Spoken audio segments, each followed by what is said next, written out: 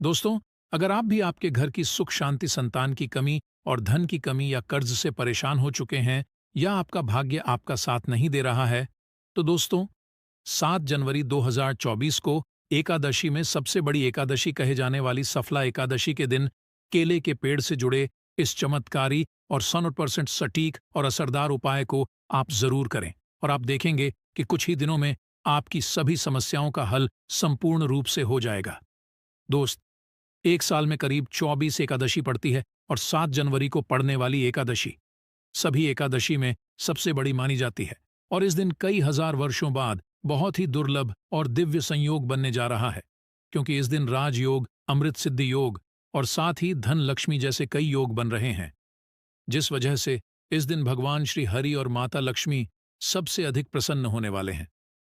दोस्तों, अगर आप भी विष्णु और महालक्ष्मी से इस दिन जो भी सच्चे दिल से मांगेंगे वह मनोकामना आपकी जरूर पूरी होगी। वहीं दोस्तों, विष्णु भगवान को प्रसन्न करने के लिए इस एकादशी पर केले के पेड़ से जुड़ा यह उपाय जरूर करना चाहिए, जो कि आपकी किस्मत बदल देगा और आपको बना देगा मालामाल और धनवान। साथ ही इस एकमात्र उपाय से आपके सभी दुखों का नाश हो जाएगा। इसलिए दोस्तों, वीडियो को आखिर तक जरूर देखिए।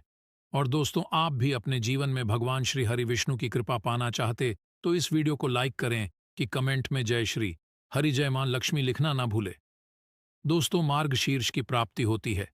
इस दिन किए गए दान का कई गुना फल मिलता है। इस साल सफला एकादशी का व्रत 7 को रखा जाएगा।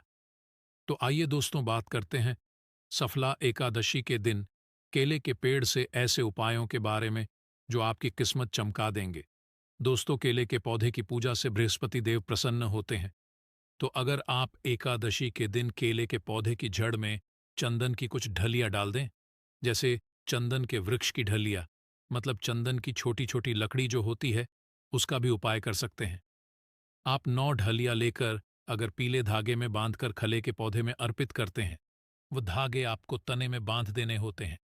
इससे आपके जीवन में धन का आगमन होता है, व्यापार में वृद्धि होती है, आपकी वृद्धि होती है। अगर आप यह उपाय करते हैं तो धन का आगमन आपके जीवन में बना रहता है। तो यह गुरुवार के दिन करना है। सुबह के समय पहले आप स्नान इत्यादि करने के बाद जल अर्पित कर दीजिए और उसके बाद 9 छोटी छोटी ढलियां जो चंदन की लकड़ी की हो तो बहुत अच्छी बात है। अगर आपके पास की ढली उपलब्ध ना हो तो आप गोपी चंदन भी 9 टुकड़े 9 धागों में बांध कर टांग सकते हैं। यह आपके मन की सभी कामनाएं पूर्ण कर देता है।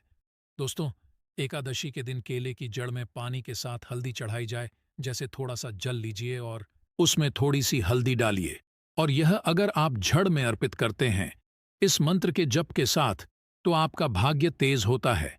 और अगर आपका भाग्य साथ नहीं देता, आपको नौकरी मिलने में कोई बाधा आ रही है या आपके व्यापार में तरक्की रुकी हुई है, तो आपको केले के पौधे में हल्दी वाला जल जरूर अर्पित करना चाहिए।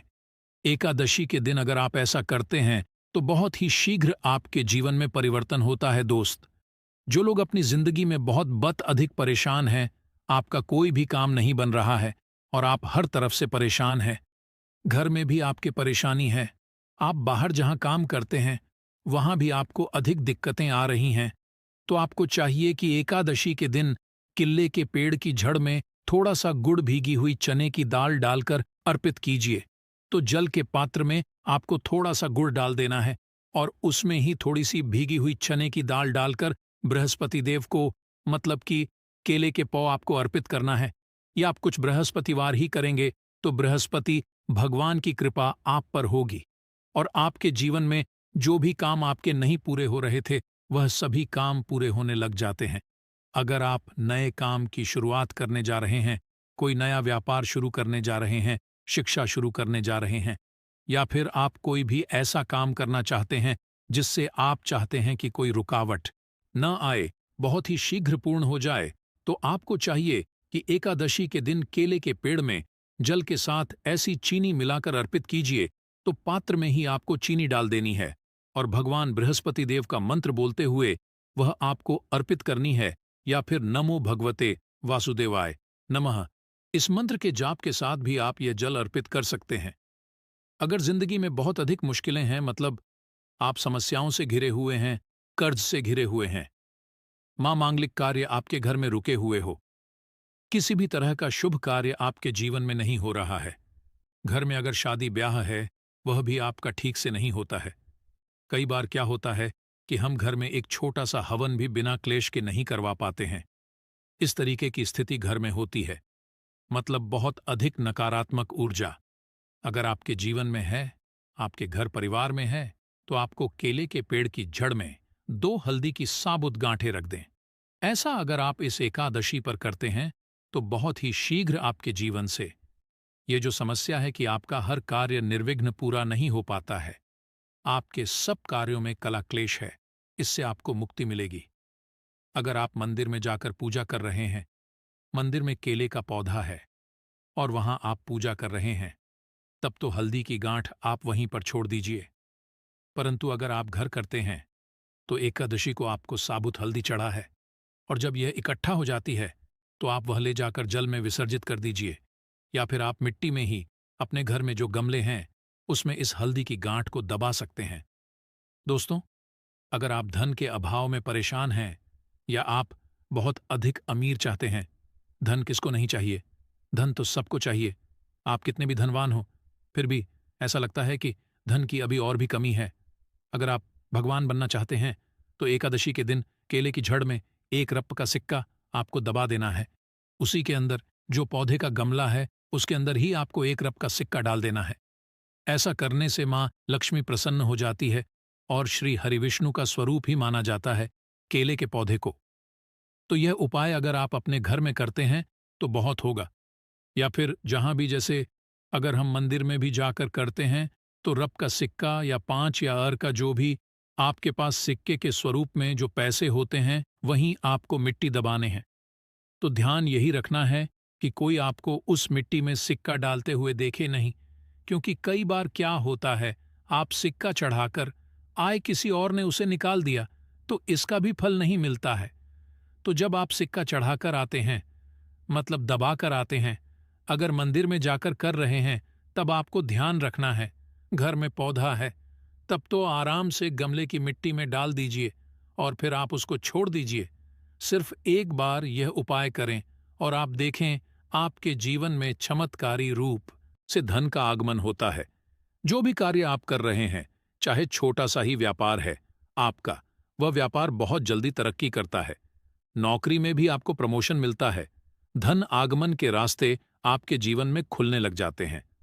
दोस्तों, अगर आपके शादीशुदा जीवन में बहुत अधिक परेशानी आ रही है, दांपत्य जीवन बहुत अधिक परेशानी में, तो आपको चाहिए कि एकादशी के दिन जैसे केले के पेड़ की पूजा जो आप कर रहे हैं, तो ऐसे आपको केले के पेड़ पर हल्दी की गांठ अर्पित करनी है और भीगे हुए मुनक्के चढ़ाने हैं, और जल तो आप चढ़ा ही रहे हैं, हल्दी चढ़ा रहे हैं, उसके साथ ही आपको 2 गांठ साबुत हल्दी की डाल देनी है और जो भीगे हुए मुनक्के होते हैं वह भी चढ़ाने चाहिए।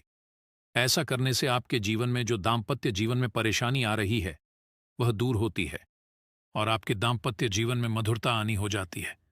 पति पत्नी के रिश्ते मधुर होने लग जाते हैं। ऐसा आप एकादशी को करेंगे तो बहुत ही शीघ्र चमत्कारी लाभ होगा। दोस्तों, आपकी शादी में अधिक परेशानी आ रही है या फिर आपको संतान प्राप्ति में बहुत बाधाएं आ रही हैं, तो आपको क्या करना चाहिए? एकादशी के दिन केले की पूजा कीजिए, हल्दी डालकर जल अर्पित कीजिए, और उसके बाद आपको क्या करना है, थोड़ा सा पीला कपड़ा आपको केले के पौधे पर डालना है, अर्पित करना है, पीला कपड़ा चढ़ा देना है और आपको केले की परिक्रमा करनी है। आपको केले के पौधे के साथ परिक्रमा करनी है। मन में जो भी कामना है, चाहे आप विवाह की कामना रखते हैं या फिर आपकी संतान प्राप्ति में बाधा आ रही है, तो आप भगवान बृहस्पति देव से प्रार्थना कीजिए कि आपके मन की यह कामना है बहुत ही शीघ्र पूर्ण हो, तो बहुत ही शीघ्र आपके विवाह में जो बाधाएं आती हैं वह दूर होती है और शीघ्र ही आपके विवाह के योग्य बनने लग जाते हैं। रिश्ता आपका जो बार बार टूट रहा है, तब आप यह उपाय करें, बहुत ही शीघ्र होगा। मन चाहा वह चाहते हैं, तब भी आपको इस विधि से केले की पूजा करनी चाहिए कि पहले आपको जल में हल्दी मिलाकर अर्पित करना है, थोड़ी सी भीगी हुई चने की दाल डाल दीजिए, मुनक्का अर्पित कीजिए और उसके बाद आपको पीला कपड़ा अर्पित करना है और 7 परिक्रमा क्लॉकवाइज करनी है। जैसे हम सीधा घूमते हैं उसी तरीके से इसके बाद बृहस्पति देव से प्रार्थना करेंगे तो आपके विवाह में, संतान में जो भी बाधाएं आ रहीं, बहुत ही शीघ्र दूर होती है दोस्तों। एकादशी के दिन नहाने के बाद केले के पेड़ पर जल बहुत शुभ माना जाता है, और अगर आप हल्दी मिला हुआ जल अर्पित करते हैं तो इससे आपके सभी कार्यों में सफलता मिलती है। आपके सभी शुभ कार्य बनने लग जाते हैं। घर में अगर किसी भी तरह की धन की समस्या है, धन रुका हुआ है, धन का आगमन नहीं हो रहा है, आपके जीवन में सुख समृद्धि नहीं है, तो आपको क्या चाहिए? एकादशी के दिन केले के पेड़ पर चंदन की माला अर्पित करनी चाहिए। चंदन की माला मार्केट में आसानी से मिल जाती है, जो पूजा की दुकान होती है वहां से लीजिए और उस माला को आप पौधे पर टांग दीजिए और थोड़ी सी हल्दी पौधे के जड़ में अर्पित कीजिए। जल्दी कीजिए। उसके बाद आपको थोड़ी सी हल्दी पाउडर अर्पित करनी है। इससे आपके जीवन की सभी परेशानियां दूर होंगी। आप जिस भी परेशानी से ग्रस्त है, अगर सिर्फ आप चंदन की माला उस केले के पौधे पर डाल देते हैं और हल्दी अर्पित करते हैं, जल अर्पित करते हैं, 7 बार परिक्रमा करते हैं, तो इससे आपके जीवन की सभी परेशानियां दूर होंगी। सुख समृद्धि का आगमन होगा। मन में कोई विशेष कामना है, जैसे धन संतान लिए प्रार्थना करना चाहते हैं, तो उस समय जब आप चंदन की माला अर्पित कर रहे हैं, आप भगवान से प्रार्थना कीजिए। बहुत ही शीघ्र आपकी कामना पूर्ण होती है। और अगर आप किसी भी तरह की परेशानी से ग्रस्त हैं, एकादशी के दिन केले की पूजा करेंगे, केले के पौधे में आप जल अर्पित करेंगे, परिक्रमा करेंगे, तो बहुत ही शीघ्र देव की कृपा हासिल होगी। बृहस्पति देव की कृपा से हमारे जीवन के सभी शुभ कार्य होते हैं, मांगलिक कार्य होते हैं, हमारा भाग्य तेज होता है। इस दिन करने के बाद सफला एकादशी व्रत कथा अवश्य पढ़नी और सुननी चाहिए। कहा जाता है कि इस दिन पूजा करने से बाद कथा पढ़ने और सुनने और सभी उपाय पूर्ण माने जाते हैं। तो आइए जानते हैं सफला एकादशी व्रत की कथा व महत्व के बारे में। महाराज युधिष्ठिर ने कहा है, भगवान, आप तीनों लोगों के स्वामी, सभी को सुख देने वाले और जगत के पति हैं। मैं आपको नमस्कार करता हूं। हे देव, आप सबके सक्का है। मेरे सम को दूर बताइए कि मार्गशीर्ष एकादशी का क्या नाम है, उस दिन कौन से देवता का पूजन किया जाता है और उसकी क्या विधि है? कृपया कर मुझे बताएं। भगवान श्री कृष्ण कहने लगे कि धर्मराज, तुमने बड़ा ही उत्तम प्रश्न किया है। इसके से तुम्हारा यश संसार में फैले मार्गशीर्ष शुक्ल एकादशी अनेक पापों को नष्ट करने वाली है। इसका नाम सफला एकादशी है। सफला एकादशी के दिन भगवान के दामोदर रूप की पूजा की जाती है। इसके पीछे की कथा है कि गोकुल नाम के नगर में खांस नामक राजा राज्य करता था। उसके राज्य में चारों वेदों के जानने वाले ब्राह्मण रहते थे। वह राजा अपनी प्रजा का अपनी संतान की तरह लालन पालन करता था। एक बार रात राजा ने एक सपना देखा कि उसके पिता नर्क में चले गए हैं। ये सोचकर उसे बहुत अचंभा हुआ। सुबह उठकर वह विद्वान ब्राह्मणों के पास गया और अपना सपना सुनाया और कहा कि मैंने अपने पिता को नर्क में कष्ट उठाते देखा है। उन्होंने मुझसे कहा कि हे पुत्र, मैं नर्क में पड़ा हूं, से तुम मुझे मुक्त कराओ। जब से मैंने यह वचन सुने हैं, तब से मैं बहुत बेचैन हूं। मुझे इस राज्य, धन, पुत्र, स्त्री, हाथी, घोड़े आदि में कुछ भी सुख नहीं लग रहा है। राजा, हे ब्राह्मण देवताओं, इस दुआ के कारण मेरा सारा शरीर जल रहा है। अब आप कृपा करके कोई तपदान, व्रत आदि ऐसा उपाय बताइए जिससे मेरे पिता को मुक्ति मिल जाए। उस पुत्र का जीवन व्यर्थ है जो अपने माता पिता का उद्धार न कर सके।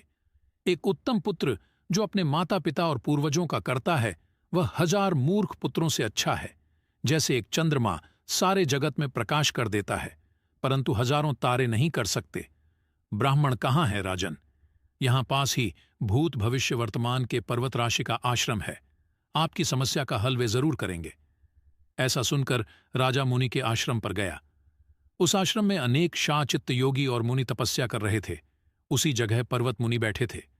राजा ने मुनि को साष्टांग दंडवत किया। मुनि ने राजा से सांगोपांग। राजा ने कहा कि महाराज, आपकी कृपा से मेरे राज्य में सब कुशल है, परंतु अकस्मात मेरे चित्त में अत्यंत अशांति होने लगी है। ऐसा सुनकर पर्वत मुनि ने आंखें बंद की और राजा के भूत के बारे में विचार करने लगे। फिर बोले, हे राजन, मैंने योग के बल से तुम्हारे पिता के कुकर्मों को जान लिया है। उन्होंने पूर्व जन्म में कामा आतुर होकर एक पत्नी को रति दी, किंतु सौत के कहने पर दूसरे पत्नी को आरत दान मांगने पर भी नहीं दिया। उसी पाप कर्म के कारण तुम्हारे को नरक में जाना पड़ा। तब राजा ने कहा, इसका कोई उपाय बताइए। मुनि बोले, हे राजन, आप मार्गशीर्षकादशी का उपवास करें और उस उपवास के को अपने पिता को संकल्प कर दें। इसके प्रभाव से आपके पिता की अवश्य नरक से मुक्ति होगी।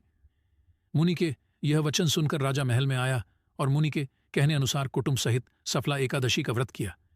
इसके उपवास का पुण्य उसने पिता को अर्पण कर दिया। इसके प्रभाव से उसके पिता को मुक्ति मिल गई और मैं जाते हुए वे पुत्र से कहने लगे, हे पुत्र, तेरा कल्याण हो।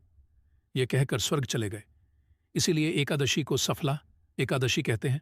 जो लोग सफला एकादशी का व्रत करते हैं उनके समस्त पाप नष्ट हो जाते हैं। इस व्रत से बढ़कर मोक्ष देने वाला और कोई व्रत नहीं।